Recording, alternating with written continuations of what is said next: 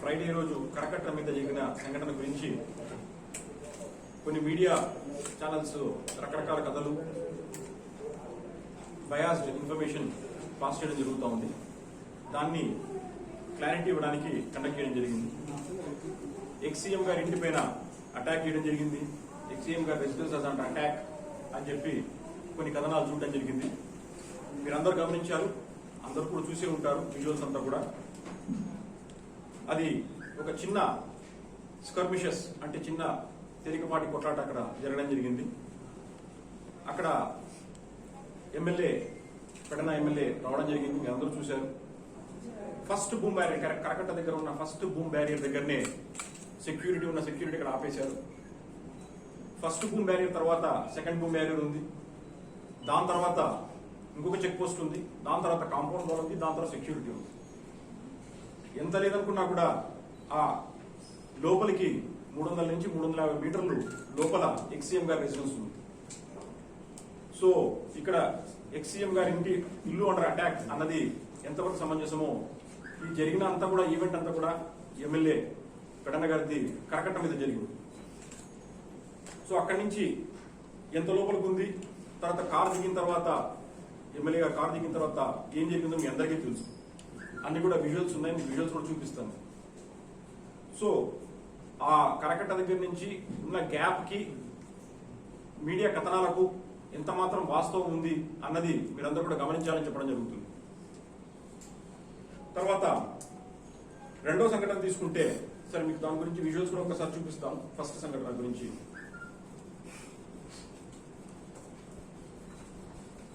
దిగిన తర్వాత ఏమైంది, ఎమ్మెల్యే గారి కారు నుంచి దిగిన తర్వాత ఏం జరిగిందో మీరందరూ ఒక్కసారి చూస్తే,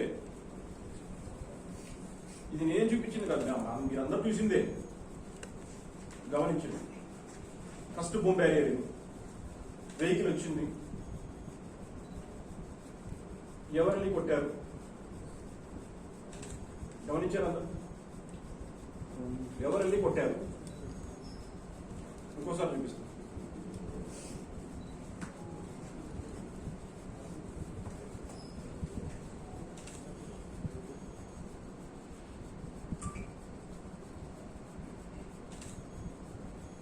వెహికల్ వచ్చిన తర్వాత గమనించాం అంటే,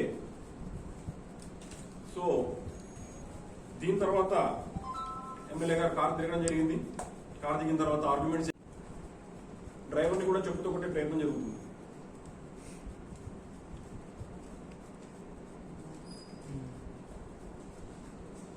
సో ఇవన్నీ కూడా ఫ్యాక్ట్స్, ఈ ఫ్యాక్ట్స్ అన్ని కూడా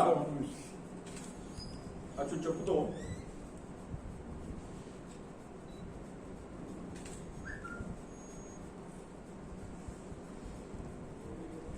కొడతాడు మరొకసారి.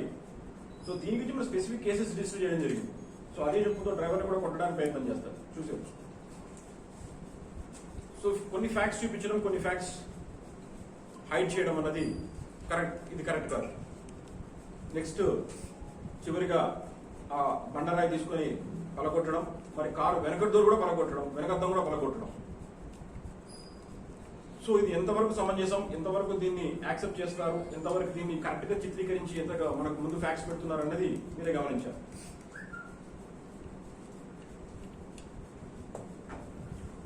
సో దీనికి సంబంధించి కూడా కేసెస్ రిజిస్టర్ చేయడం జరిగింది, మీరందరూ చూసే ఉన్నారు, కేసు రిజిస్టర్ చేయడం జరిగింది. తర్వాత మూడో సంఘటన పైన కూడా క్లారిటీ ఇస్తాను. ఇదంతా కూడా అయిపోయిన తర్వాత అదే రోజు సాయంత్రం 5 గంటలకు డీజీపీ ఆఫీస్కి వెళ్ళడం జరిగింది, పోలీస్ హెడ్ క్వార్టర్స్కి వెళ్ళడం జరిగింది. అందరికీ తెలుసు, సార్ క్యాంప్ బయటికి వెళ్ళి ఉన్నారు, వేరే విషయమే బయటికి వెళ్ళి ఉన్నారు, అది అందరికీ తెలుసు. అక్కడ అంతమంది గుంపుగా వెళ్ళి అల్లరి చేయడం కానీ, అక్కడ గందరగోళం చేయడం కానీ అవసరం కాదు. మాకు అక్కడ పోలీస్ హెడ్ క్వార్టర్స్ దగ్గర కూడా సెక్యూరిటీ అంతా కూడా ఉంది కాబట్టి అక్కడ మన Mangalagiri rural SI, Mangalagiri rural CI అక్కడ ఉండడం జరిగింది. అక్కడ నుంచి పార్టీ ఆఫీస్ మధ్యలో మన వాళ్ళు ఫోర్స్ పెట్టుకొని ఉండడం జరిగింది. అక్కడ ఫోర్స్ కానీ లేకపోయి ఉంటే ఇంకొక 200-250 మంది వచ్చేవారు. ఆల్రెడీ 70-80 మంది మన ఎస్పీ గారు, అర్బన్ ఎస్పీ గారు అక్కడే ఉన్నారు. ఇంతమంది వచ్చి మీరే చెప్పాలా? ఇంతమంది వచ్చి పోలీస్ హెడ్ క్వార్టర్స్ ఇచ్చి ఏ విధమైన కంప్లైంట్ ఇవ్వగలుగుతారు? ఎన్నో ముందు సందర్భాలు, ప్రీవియస్ సందర్భాలు ఉన్నాయి. అన్ని పొలిటికల్ పార్టీస్ కూడా పోలీస్ హెడ్ క్వార్టర్స్కి వెళ్ళారు, రిప్రజెంటేషన్ ఇచ్చారు, తీసుకున్నారు. ఓ పద్ధతిగా, ఓ మర్యాదగా ఎన్నో సంఘటనలో అన్ని పొలిటికల్ పార్టీస్ కూడా పోలీస్ హెడ్ క్వార్టర్స్ అందుబాటులో ఉంది. అన్ని రిప్రజెంటేషన్స్ కూడా తీసుకోవడం జరిగింది. ఇంతమందితో అక్కడికి వెళ్ళి గేట్ క్రాష్ చేసుకొని, గేట్లు దొబ్బుకొని, అల్లరి సృష్టించి, గుంపులుగా ఉండి ఇది ఏ విధమైన రిప్రజెంటేషన్ ఇవ్వడమని అడుగుతున్నాం. ప్రధానమైన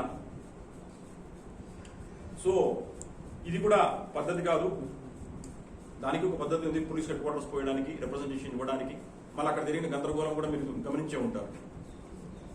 సో మేము రిప్రజెంటేషన్ ఇవ్వకూడదా అన్నది అక్కడ అడుగుతున్న క్వశ్చన్. బట్ పద్ధతి అది కాదు అని చెప్పేది రిప్లై. అంతమందితో వచ్చి గుంపు గుడి ఇవ్వాల్సిన అవసరం లేదు, అల్లర్లు గందరగోళం సృష్టించాల్సిన అవసరం లేదు. సో ప్రీవియస్ ఇన్సిడెంట్స్ మనం ఎన్నోసార్లు చూసుకున్నాము. So that is where we just wanted to clarify that ex CM house was not under attack at any point of time. వెళ్ళారు, ఎమ్మెల్యే వెళ్ళారు, మాట్లాడడానికి వెళ్ళారు, అంతే తప్పిస్తే అక్కడ ఏ విధమైన హౌస్ని అటాక్ చేయడం అన్నది ఎక్కడ ఉద్దేశం కూడా లేదు. సో అక్కడే ఉన్న మన అర్బన్ ఎస్పీ గారు కూడా కొన్ని పాయింట్స్ చెప్తారు. వాళ్ళు కూడా మొత్తం డేటా తీయడం అంటే కూడా మేము కూడా ఫుల్గా డేటా తీయడం జరిగింది. ఒకసారి చెప్పాలనుకున్నప్పుడు ఫ్యాక్ట్స్తో పాటు అన్ని కూడా వీడియోస్తో పాటు క్లిప్పింగ్స్తో పాటు దాన్ని ఐడెంటిఫై చేసి, మనిషిని కూడా ఐడెంటిఫై చేసి మా దగ్గర డేటా తీసి పెట్టుకోవడం జరిగింది. ఎందుకంటే సూపర్ఫిషియల్గా మాట్లాడడం పద్ధతి కాదు. సో బై నేమ్ కూడా ఐడెంటిఫై చేసుకొని పెట్టుకోవడం జరిగింది. అక్కడే ఉన్న మన ఎస్పీ, అర్బన్ ఎస్పీ గారు కూడా ఈ సంఘటన గురించి చెప్తారు. తెలుసు, విజువల్స్ కూడా చూసాము. సో అప్పుడు మన అడిషనల్ ఎస్పీ గారు కూడా ఉన్నారు అక్కడే స్పాట్ లో జరిగినప్పుడు. సో మీ అందరికీ తెలుసు, మన విజువల్స్ చూసినప్పుడు కూడా ఇన్సిడెంట్ ఏది జరిగిందో అది జరిగింది కరకట్ట మీద. కరకట్ట మనకి ఒక public road which goes from up till secretariat. So అక్కడ కామన్ పబ్లిక్ మూవ్మెంట్ అన్ని రూట్ మూవ్మెంట్ ఉంటుంది వెహికల్స్ ది. సో అది జరిగింది అక్కడ కరకట్ట మీద జరిగింది. మన ఫస్ట్ బూమ్ బేరియర్ ఏదో ఉందో దాని బయటే జరిగింది అది. ఇమీడియట్లీ మన పోలీస్ కి ఇన్ఫర్మేషన్ వచ్చినప్పుడు మన అడిషనల్ ఎస్పీ గారు, డిఎస్పీ గారు కూడా అక్కడ వెళ్ళి ఆ సిచ్యువేషన్ డిఫ్యూజ్ కూడా చేశారు. ఇమీడియట్ గా అక్కడ ఉన్న వాళ్ళ మీద లీగల్ యాక్షన్ కూడా తీసుకున్నాము. 151 కూడా చేసాము ఎవరు ఇన్వాల్వ్ ఉన్నారు. సో అది అయిన తర్వాత మనకి ఏదో కంప్లైంట్స్ వచ్చింది, కంప్లైంట్స్ మీద కేసెస్ కూడా రిజిస్టర్ చేయడం జరిగింది. అండ్ ఇప్పుడు వీఆర్ అండర్ ఇన్వెస్టిగేషన్. సో ఇది ఫ్యాక్ట్ డిస్టోర్షన్ కొద్దిగా జరిగింది మీడియాలో. సో అగైన్ రీఇటరేటింగ్ మన డిఐజీ గారు చక్కగా చెప్పారు. సో ఎట్టి పరిస్థితుల్లో at any incident there was no attack on the house of the ex CM. Incident జరిగింది మొత్తం పబ్లిక్ ప్లేస్ కరకట్ట మీద, outside the boom barrier 1. అక్కడ సెక్యూరిటీ ఉంది, సెక్యూరిటీ కూడా ఆపారు. సో ది విజువల్స్ కూడా చూపించారు. మిగతా అన్ని విషయాలు కూడా డిఐజీ గారు చూపించారు, వీడియోస్, ఫొటోస్ కూడా. దాని మీద కూడా కేసెస్ రిజిస్టర్ చేసి నమోదం చేయడం జరిగింది. And they are under investigation and we will take action as per law. ఎన్నోసారి చూసారు, ఆల్మోస్ట్ థర్డ్ టైం డిఐజీ గారు, నేను, అర్బన్ ఎస్పీ గారు వచ్చి ప్రెస్ మీట్ పెట్టడం. ఈ బాధాకర విషయం ఏంటంటే డ్యూటీని వదిలేసి క్లారిఫికేషన్ ఇవ్వడానికి మన డ్యూటీ టైం అయిపోతుంది. సో నా ఒక సిన్సియర్ రిక్వెస్ట్ ఏంటంటే వాస్తవాలు జరిగినప్పుడు, ఇన్సిడెంట్స్ జరిగినప్పుడు దయచేసి ఒకసారి క్లారిటీ తీసుకుని వెరిఫై చేసి జరిగినటువంటి ఫ్యాక్ట్స్ని రిప్రజెంట్ చేస్తే చాలని మా ఒక రిక్వెస్ట్. లాస్ట్ ఒక 2 to 3 monthsలో మీరు చూసారు, మన గుంటూరు రూరల్ జిల్లా నుంచి మా పిఆర్ఓ గారు ఉండొచ్చు, లేదా డిఐజీ గారు ఆఫీస్లోనే ఉండొచ్చు, 3-4 సందర్భాల్లో మనము క్లారిఫికేషన్ ఇవ్వడం జరిగింది. ఇది జరిగింది వాస్తవం కాదు, దయచేసి ఫ్యాక్ట్స్ని చెప్పండి అని 2-3 సార్లు చెప్పడం జరిగింది. I will not be able to speak for Arif, but Guntur rural జిల్లాలో మీరు అందరికీ తెలుసు, ఏదైనా ఇష్యూస్ జరిగినప్పుడు ఫ్యాక్ట్స్ను ముందుకు పెడతాము. నేను ఫోన్లో అందుబాటులో అవైలబుల్ ఉంటాను క్లారిఫికేషన్. రాజుపాలెం అంటే ఇంకా కొద్దిగా నన్ను వెనకెళ్తే నర్సరావుపేటలో జరిగినటువంటి ఒక సరస్వతి స్టాచ్యూన సోషల్ మీడియాలో హైలైట్ చేయడము, రాజుపాలెంలో విత్ ఇన్ 1.5 hour పట్టుకున్న ఒక ముద్దాయిన ఏదో పెద్దగా ఇష్యూ చేయడము. So my own small request is, దయచేసి మనము దీని నుంచి బయటకు వచ్చి Number one, let us focus on law and order. Number two, let us focus on giving justice quickly and swiftly. ఈ రెండు మీద మనం ఫోకస్ పెట్టుకుందాం.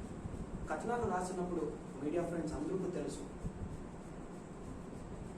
We are there to clarify. ఇప్పుడే డిఐజీ గారు frame by frame, I was not there in the situation, but frame గా చూపించాను. Paper clippings, photos clippings చూపించారు. అదేవిధంగా గుంటూరు అర్బన్ ఎస్పీ గారు స్పాట్లో ఉన్నారు. ఇవన్నీ అయిన తర్వాత బాధ డిఐజీ గారికి మన అందుకే ఏంటంటే మిస్రిప్రజెంటేషన్ ఆఫ్ ఫ్యాక్ట్స్ జరుగుతుంది. So please don't do that. We're here to do our duty and allow us to do our duty. So అందుబాటులో మన మీడియా మిత్రులకు ఉండొచ్చు, ఎవరికైనా ఉండొచ్చు. We're there to take swift actions and give facts to you. So please allow us to serve you. Thank you అండి. నమస్కారం.